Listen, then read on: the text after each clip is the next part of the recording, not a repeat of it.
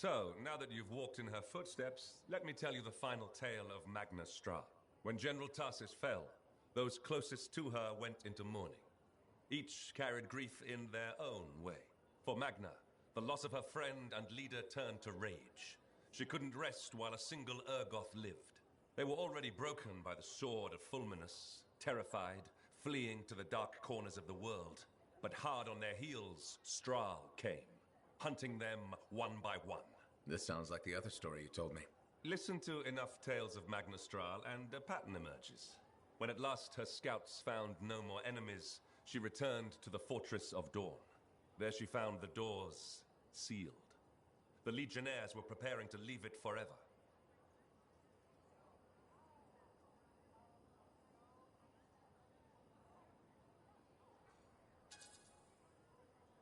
So right then, nobody. While Strahl eased her grief with battle, Arden Vasa fixated on his duty.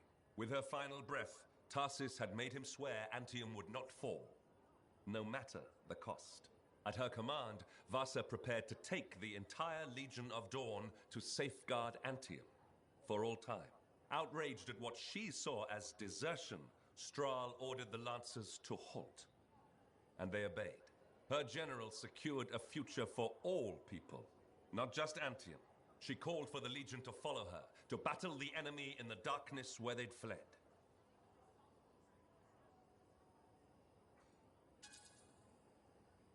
Which of them commanded the Legion after Tarsis died? Or was it neither? No one. We called Tarsis a general because she led the Legion, but they had no ranks.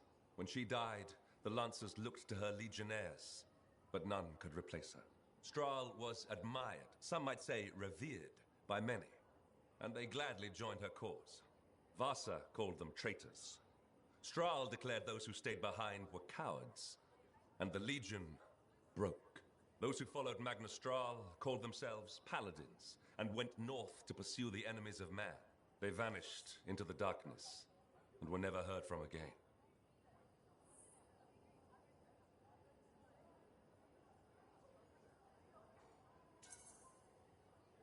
How did the paladins become the Dominion? I wish I knew that story.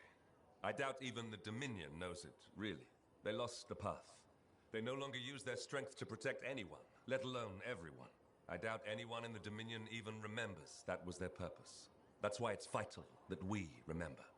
Strahl's story and the Path of Might cannot be allowed to die. I'll remember. Good.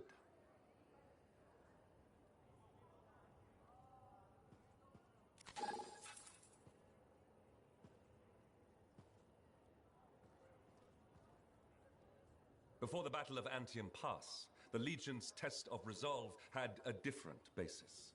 It began with Leotrel, the general's oldest friend. When Tarsis first raised an army against the Urgoth, Leotrel was with her. The Arcanists were hidden from them. They hadn't yet found Arden Vasa. No lancers, no javelins, no weapons, no fortress. Not even a good hiding place. Nothing but the vision of Helena Tarsis and Leotrel's unbreakable will.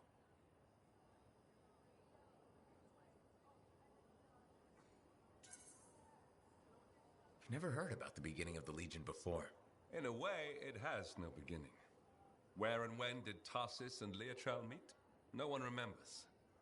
Maybe it was once such common knowledge that no one thought to pass it on. There are countless towns that now claim to be the birthplace of General Tarsis. The truth is lost.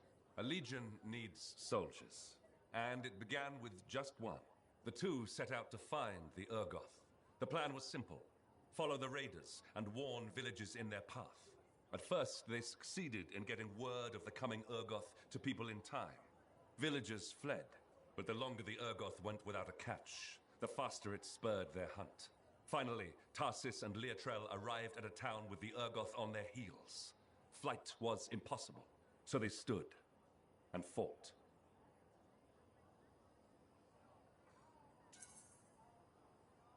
Fighting Urgoth without a javelin? By themselves?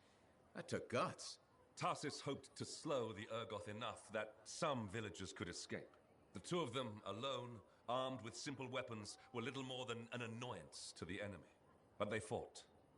Despite greater numbers, strength, and weapons, the Urgoth could not subdue them. Finally, with Tarsis wounded and Leotrel at the point of exhaustion, the two prepared for the end.